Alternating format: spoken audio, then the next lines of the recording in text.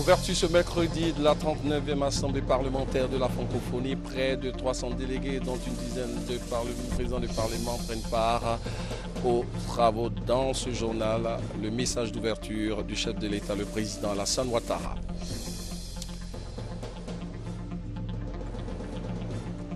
Ouverture des travaux de la deuxième réunion préparatoire de la troisième conférence sur le traité de coopération dans les secteurs infrastructure et énergie entre la Côte d'Ivoire et le Burkina Faso. Reportage et compte rendu dans ce 20h.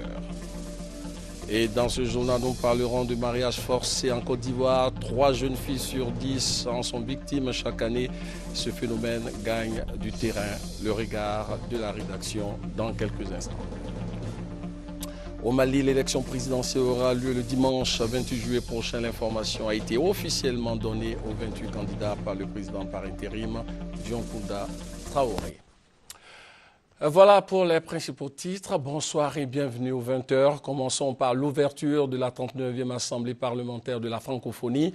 Près de 300 délégués, dont une dizaine de présidents de parlement, prennent part aux travaux de cette 39e session qui a pour thème de réflexion les parlements au cœur de la construction de la nation. Et dans son message d'ouverture, le chef de l'État, le président Alassane Ouattara, a salué le choix d'Abidjan pour abriter cette importante rencontre des parlementaires francophones. Compte rendu, Viviane Aguimin.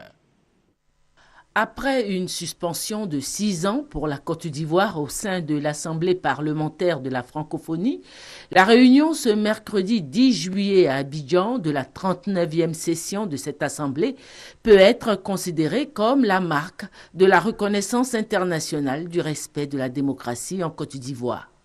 L'Assemblée parlementaire de la francophonie, l'APF, regroupe 78 pays dans le monde qui ont en partage la langue française. Hormis la défense de ce patrimoine commun, l'APF se positionne aussi comme le gendarme de la démocratie au sein du monde francophone. Participent à cette 39e session parlementaire les présidents des assemblées nationales membres de l'APF, de nombreux parlementaires francophones. Présent aussi à ces assises, le secrétaire général de la francophonie, le président Abdou Diouf. La démocratie en Côte d'Ivoire est ainsi reconnue. Le président du Parlement ivoirien, Soroki Bafori Guillaume, en donne tout le mérite au président de la République, Alassane Ouattara.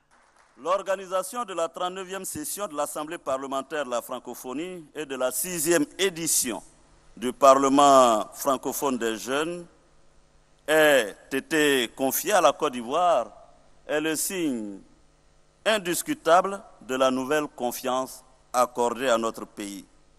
Mais c'est aussi et surtout le signe de la confiance accordée à un homme, vous, Monsieur le Président de la République, démocrate, homme de droiture, de compétence et rigoureux dans la gestion des affaires publiques. Le président de l'Assemblée parlementaire francophone, le président de l'Assemblée nationale burkinabé, a souligné la claire vision qu'à l'extérieur des efforts consentis par le chef de l'État ivoirien pour favoriser la démocratie en Côte d'Ivoire. Nous pouvons constater de nos propres yeux les efforts déployés par la Côte d'Ivoire tout entière, pays cher à l'Afrique et à la francophonie, pour faire avancer le processus de reconstruction de la démocratie. De même, en arrivant dans ces pays, nous constatons qu'il est en plein chantier afin de continuer à assumer son rôle de locomotive de l'économie de l'Afrique. Le secrétaire général de la francophonie, le président Abdou Diouf, tout en félicitant le président de la République Alassane Ouattara, lui a traduit le soutien de la francophonie. La Côte d'Ivoire progresse chaque jour avec succès sur le chemin de la réconciliation, de la stabilité, de la prospérité. Et je veux réaffirmer ici que la Côte d'Ivoire peut continuer à compter sur l'accompagnement et l'appui indéfectible de toute la francophonie. Avant de clore son propos, le secrétaire général de la francophonie a aussi félicité le peuple ivoirien pour sa contribution à l'enrichissement de la langue française. Mais je peux dire qu'ici en Côte d'Ivoire, vraiment la langue française doit féliciter tous les Ivoiriens pour leur imagination, leur façon savoureuse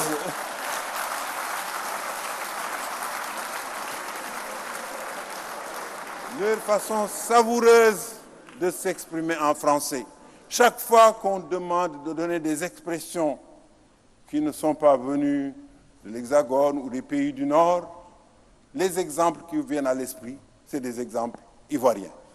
Un compliment qui a incontestablement fait plaisir au premier des Ivoiriens, qui a traduit les remerciements de tous en langage bien de chez nous. Bien, Président, nous sommes enjaillés de toi.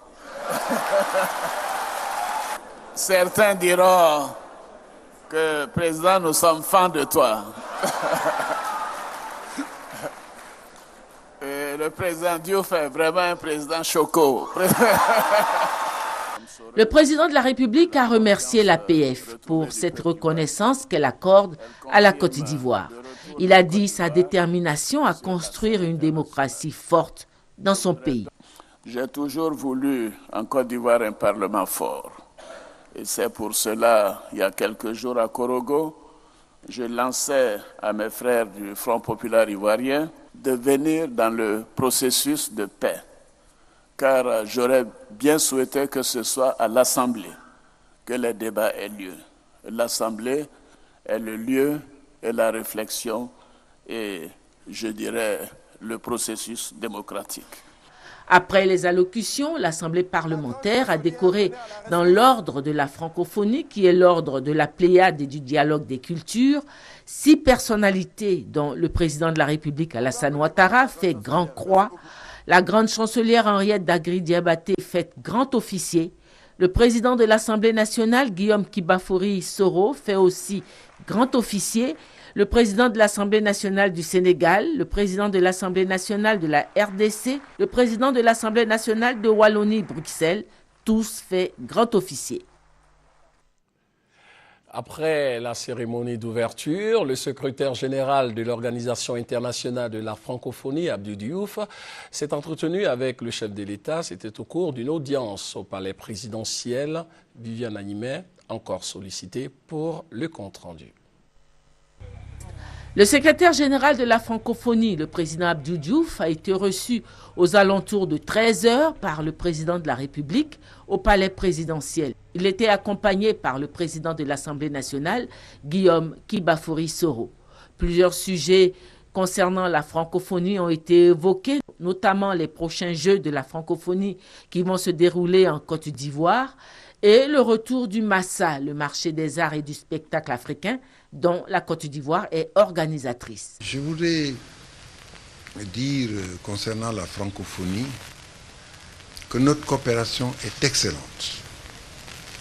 Elle est excellente parce que la francophonie aime la Côte d'Ivoire, mais surtout la Côte d'Ivoire aime la francophonie. C'est vraiment un de nos pays les plus engagés dans l'aventure francophone, au service de notre langue en partage, au service de nos valeurs, qui sont des valeurs universelles, et également un des pays qui réalise le plus des projets porteurs pour l'avenir de la francophonie. Tout à l'heure, nous avons parlé des CLAC, Centres de lecture et d'animation culturelle à réhabiliter dans le nord du pays. L'OIF et la Côte d'Ivoire, la main dans la main, vont réaliser ce projet. Nous avons évoqué les Jeux de la francophonie qui suivront Nice, c'est-à-dire en 2017. Et nous sommes sûrs que ce sera un très grand événement. Nous avons évoqué le projet IFADEM, Initiative pour la formation à distance des maîtres du primaire, pour lequel la Côte d'Ivoire est également engagée avec nous. Et nous avons évoqué la relance du Massa, le marché des arts et spectacles africains. Vous savez que le Massa, pour les raisons connues, évidentes, avait été arrêté. Et maintenant, nous sommes déterminés à relancer de façon vigoureuse et enthousiaste le Massa. Et je peux même déjà vous dire qu'ensemble, nous avons promis de faire ses relances en 2014, du 1er au 8 mars. Après le point de presse, le président de la République et son hôte ont poursuivi leurs échanges autour d'un déjeuner en tête-à-tête. Voilà, c'était Viviane Agnimet. La 6e édition du Parlement francophone des jeunes se tiendra également au cours de cette 39e session de l'APF, l'Assemblée parlementaire de la francophonie. Dans ce reportage, Léon Brault nous présente ce Parlement francophone des jeunes. Bon, le Parlement francophone des jeunes, bon, à mon avis, c'est une conférence, une conférence des jeunes. Le Parlement francophone des jeunes. J'en ai une fois entendu parler, mais je ne connais pas vraiment. Comme ces jeunes, nombreux sont ceux qui méconnaissent le Parlement francophone des jeunes, PFJ, et pourtant, ce segment de l'Assemblée parlementaire de la francophonie, dédié aux jeunes, existe depuis 1999. Sa vocation, inculquer aux nouvelles générations le modèle durable de démocratie. C'est à travers des simulations pour amener les jeunes à découvrir, comprendre et enseigner la démocratie telle que vécue au sein des parlements. Ici, nous essayons de voter des projets de loi. Ce sont des projets de loi que nous votons, des projets de loi à soumettre aux assemblées nationales des différents pays et lors des sommets des chefs d'État et de gouvernement. Comment passent les textes d'un point A à un point B, comment ça devient des lois et pourquoi on n'appelle pas ça des lois. Déjà techniquement, on apprend des choses sur le plan législatif. Mais maintenant, parallèlement, sur le plan humain, on est plus ancré dans la francophonie. Véritable école au service de la démocratie, le Parlement francophone des jeunes œuvre pour le rayonnement de la francophonie. À la clé, des plaidoyers et résolutions sur des phénomènes et catastrophes. Le PFJ en a produit une panoplie, pour ne citer que les 4 textes sur la crise alimentaire et financière, les enfants soldats, le travail des enfants, ainsi que les jeunes et les partis politiques, adoptés en 2009 à Paris par les chefs d'État et de gouvernement de la francophonie. Dans l'actualité également, l'ouverture des travaux de la 2e réunion préparatoire de la 3e conférence au sommet du traité d'amitié et de coopération entre la Côte d'Ivoire et le Burkina Faso. Ce traité d'amitié marque la volonté des deux pays, la Côte d'Ivoire et le Burkina Faso, de consolider et de renforcer davantage les fondements de la coopération bilatérale. La présente réunion, la 2e du genre qui se tient à Abidjan, vise à poursuivre les échanges de Bobo Dioulasso au Burkina Faso et de faire l'état d'exécution des tâches et d'avancement des dossiers. La première réunion de Bobo Dioulasso avait permis de dresser l'état de la coopération et de déterminer les diligences à exécuter. Et cela pour parfaire l'ensemble des dossiers techniques à soumettre au chef d'État lors de la 3e conférence du sommet de traité d'amitié et de coopération prévue du 28 au 29 juillet à Yamoussoukro. Les chantiers prioritaires portent sur 2 grands domaines, les infrastructures et l'énergie. Au sujet des infrastructures, il s'agit des projets de construction de l'autoroute Yamoussoukro-Ouaga et le chemin de fer Abidjan-Ouaga-Niamey. Concernant l'énergie, les projets d'interconnexion électrique et de la diversification des ressources énergétiques sont au programme. Au total, une dizaine de projets qui devraient être harmonisés et finalisés en vue de leur signature au cours du 3e sommet. Quel est l'impact de ces rencontres sur les populations ?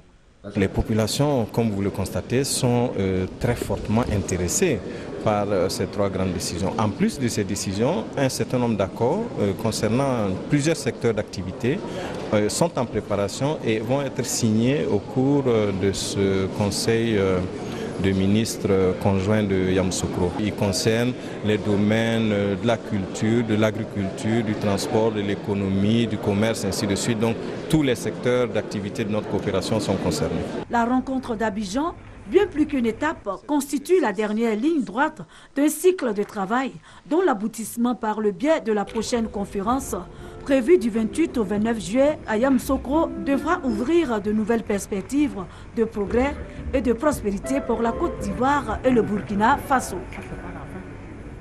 Le reste de l'actualité avec tout d'abord le secteur agricole. Les acteurs de la filière se sont fixés un objectif. Il s'agit de trouver les moyens de la transformation de l'agriculture vivrière en une agriculture performante, source de richesse. Experts et acteurs de cette filière se sont donc donné 72 heures pour trouver et valider les axes stratégiques pour permettre à notre pays, la Côte d'Ivoire, de couvrir ses besoins alimentaires d'ici 2020.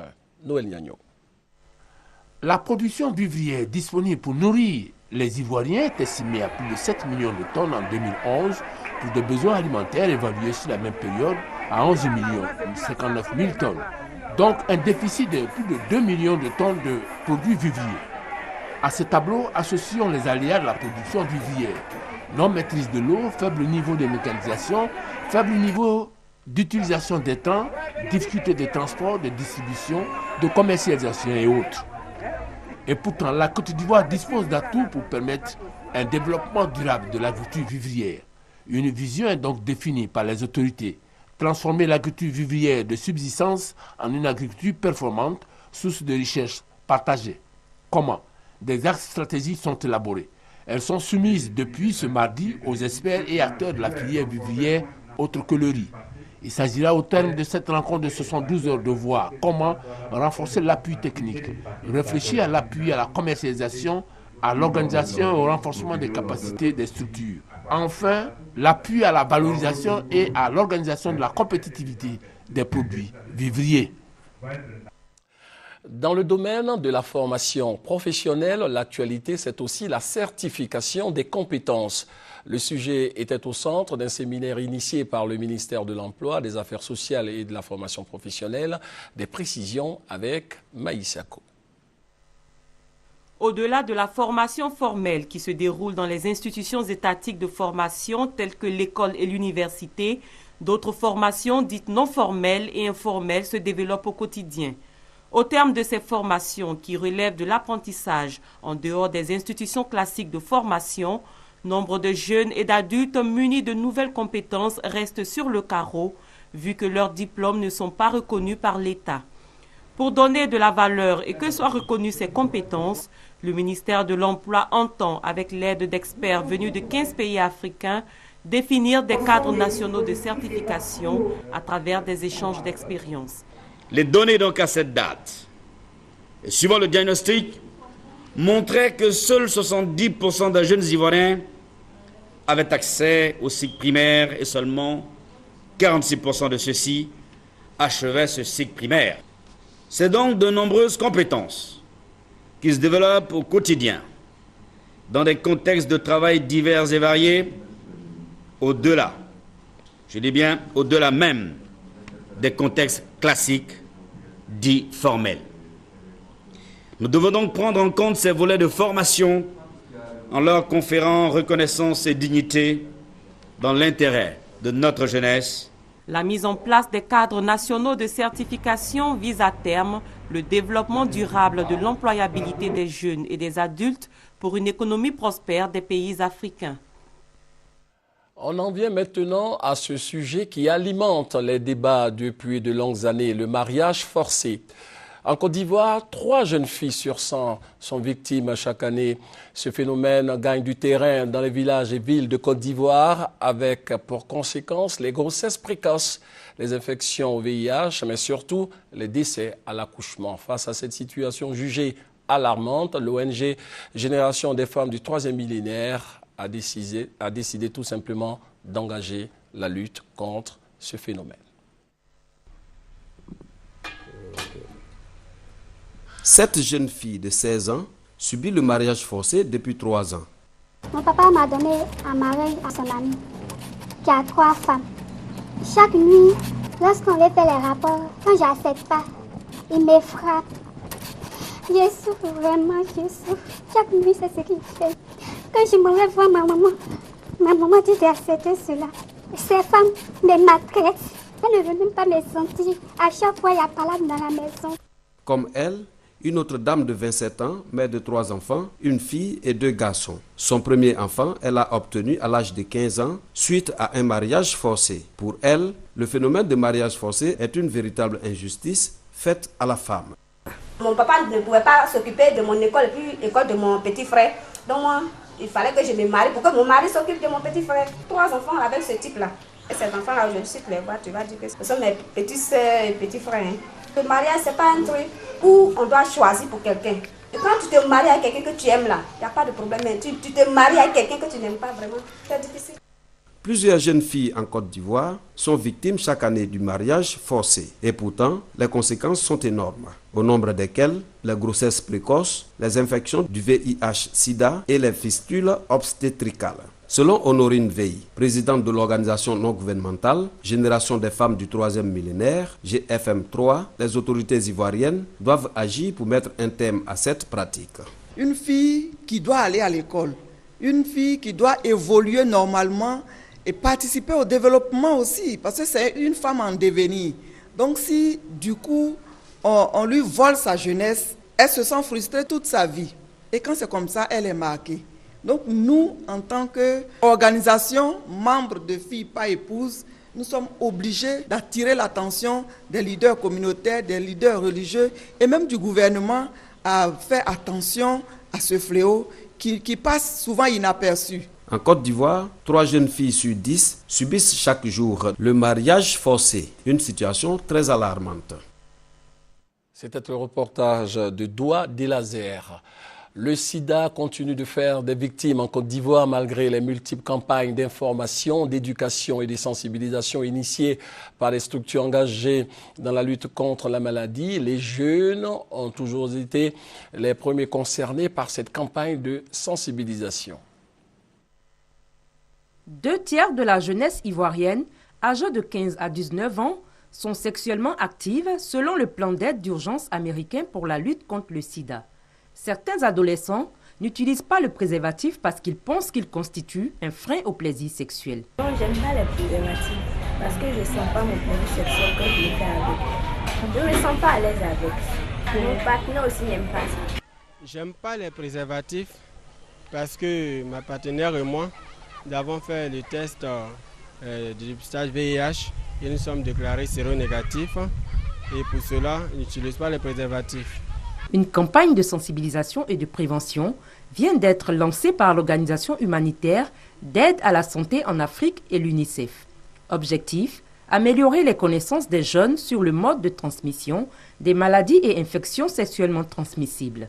Il faut aujourd'hui sensibiliser la jeunesse, faire en sorte que les jeunes soient au moins beaucoup plus responsables au cours de leurs rapports sexuels et éviter d'avoir des rapports sexuels non protégés. On va faire des campagnes de porte-à-porte. On va rentrer dans le domicile des gens, les demander est-ce qu'ils connaissent le sida, est-ce qu'ils ont une fois participé à une action sur le sida, est-ce qu'ils ont déjà fait le test de dépistage. Cette campagne de sensibilisation va durer 3 mois. Les communes à visiter, Port-Bouët et Trècheville.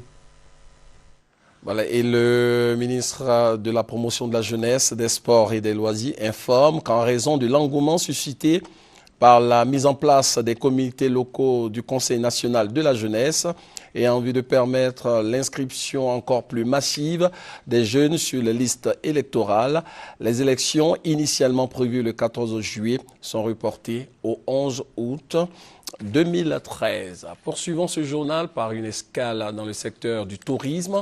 Après la crise de ces dernières années, l'heure est à la relance, mais surtout à la promotion de ce secteur d'activité par l'exécution de 17 actions considérées comme prioritaires. Les détails avec Fatou Fofana. Les acteurs du tourisme en Côte d'Ivoire se sont réunis pour plancher sur la question de la relance de leur secteur, fortement sinistré pendant la crise post-électorale. Le diagnostic révèle une faiblesse du cadre juridique et réglementaire et un manque de financement du secteur. Des solutions ont donc été proposées et examinées.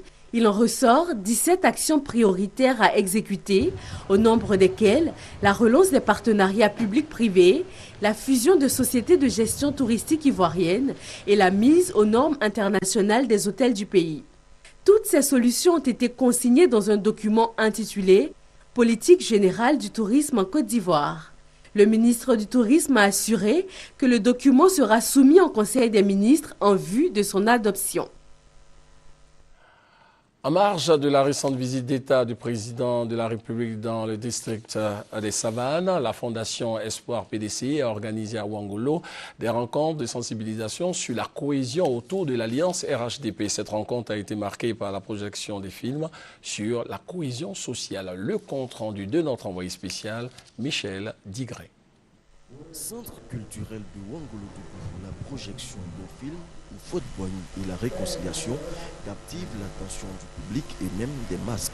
Le scénario retrace quelques temps forts de l'histoire de la Côte d'Ivoire, mais surtout de celle de la création du RHDP, née de la volonté de deux leaders, Henri Konan Bédié et Alassane Ouattara, qui ont décidé le 18 mai 2005 avec l'UDPCI et le MFA de faire table rase sur ce qui les divisait et ne privilégier que les intérêts de ce qui les unit, à savoir la Côte d'Ivoire. Pour l'initiateur de cette projection, Zié Koulibaly, président de la Fondation Espoir du PDCI, cet esprit de réconciliation doit servir d'exemple à tous les Ivoiriens. Mieux doit être consolidé. Il faut faire en sorte aujourd'hui que le RHDP se consolide et que les enfants du Faux-Boigny, qui sont aujourd'hui retrouvés autour du docteur Alassane Ouattara à la tête du pouvoir d'État, puissent se donner la main pour faire en sorte que le développement, la paix et la réconciliation soient une réalité. Le couple Ouattara-Bédié est une réalité en Côte d'Ivoire. Nous allons nous battre pour que ce couple Ouattara-Bédié puisse apporter à la Côte d'Ivoire la paix, la réconciliation et le développement. Koulibaly sillonne les villages de Ouangolo-Dougou avec le commissaire CDVR de la localité pour convaincre les populations sur la réconciliation et la nécessité de soutenir la cohésion au sein du RHDP. Activité de partis politiques, l'UDPCI, l'Union pour la démocratie et la paix en Côte d'Ivoire, a lancé récemment ses activités de mobilisation de ses militants. C'était au cours d'un séminaire politique consacré au programme d'action de l'UDPCI pour les 6 prochains mois. Des précisions avec Victorine Yao Yoboué. Après les élections présidentielles, l'on a noté que l'UDPCI est le 4e parti de notre pays. Et nous sommes en train de nous organiser pour ne pas rester le 4e parti, pour être le 3e, 2e, voire même le premier parti de ce pays. Et c'est tout à fait légitime. C'est pour ça que nous sommes en train de faire la revue des structures, nous allons toutes les fouetter pour qu'on se remette au travail. C'est une UDPCI conquérante qui lance le rappel de cette troupe. Ce séminaire du secrétariat, l'organisation et à la mobilisation du parti a un seul objectif, définir un plan d'action pour ce 2e semestre de l'année 2013 qu'il va soumettre à la présidence de l'UDPCI. Ceci dans le but de poursuivre l'implantation de ce parti politique dans toute la Côte d'Ivoire. Dans un parti politique, ceux qui animent le parti au quotidien ne sont pas très nombreux. Mais c'est les indécis qu'on appelle ces partisans qui sont nombreux que nous devons transformer en militants d'ici les élections, les futures élections. Pour le mois de juillet là, nous devons, au niveau d'Abidjan, envoyer à Abidjan 35 délégations. Et puis après on fait là le sud. L'UDPCI est un parti jeune qui fait confiance à la jeunesse. Les jeunes de leur côté ont dit leur volonté de contribuer au rayonnement de leur parti. Leur vœu en ce moment, c'est que l'UDPCI fasse des propositions concrètes aux autorités pour le retour de la paix dans l'Ouest, qui peut être considéré comme le fief de l'Union pour la démocratie et la paix de Côte d'Ivoire. L'actualité à l'étranger, première escale le Mali où le président par intérim, Dioncounda Traoré, a reçu les 28 candidats à la présidentielle du dimanche 28 juillet prochain. Cette concertation a été l'occasion pour le président malien par intérim de confirmer la date du premier tour. Ils sont 28 candidats en lice pour le premier tour de l'élection présidentielle malienne. 27 hommes pour une femme, reçus tous ensemble au palais présidentiel. Dioncounda Traoré leur a confirmé que le scrutin aura lieu à la date prévue. Il leur demande d'être indulgents car l'organisation risque d'être un peu chaotique. L'essentiel des conditions sont réunies. Vous savez dans quel contexte ces élections arrivent. Elles ne seront pas parfaites, loin de là, mais elles seront transparentes, elles seront crédibles. Pas de report pour permettre le vote des réfugiés et la distribution des cartes d'électeurs. L'agenda encouragé par Paris est maintenu. Reste 3 semaines pour convaincre les indécis. La campagne a démarré sur un air de fête. Dans un stade plein à craquer, Dramane Dembélé, le candidat de l'ADEMA, le plus grand parti du pays, a défendu le fer de lance de sa campagne, la justice sociale. Je vais redonner espoir à tous les enfants de ce pays. Je suis le candidat des Maliens, le candidat de la justice sociale, le candidat d'une espérance nouvelle. Éradiquer la pauvreté, développer l'emploi, l'éducation dans un Mali uni, c'est le mot d'ordre de la plupart des partis. C'est aussi celui de Soumaïla Cissé qui a dévoilé son programme pour un Mali nouveau. Je m'engage tout entier pour le Mali. Je m'engage pour le bonheur des Maliens. Une ville échappe à la campagne, Kidal, le fief de la rébellion touareg. Kidal, où les tensions sont vives entre les partisans de l'Azawad et ceux qui soutiennent le retour de l'armée malienne, au point que certains commencent à douter qu'on puisse même y voter. Il est l'heure, fin de ce 20h. Merci de nous avoir suivis. Excellente suite de programmes sur RTI 1 et bonsoir.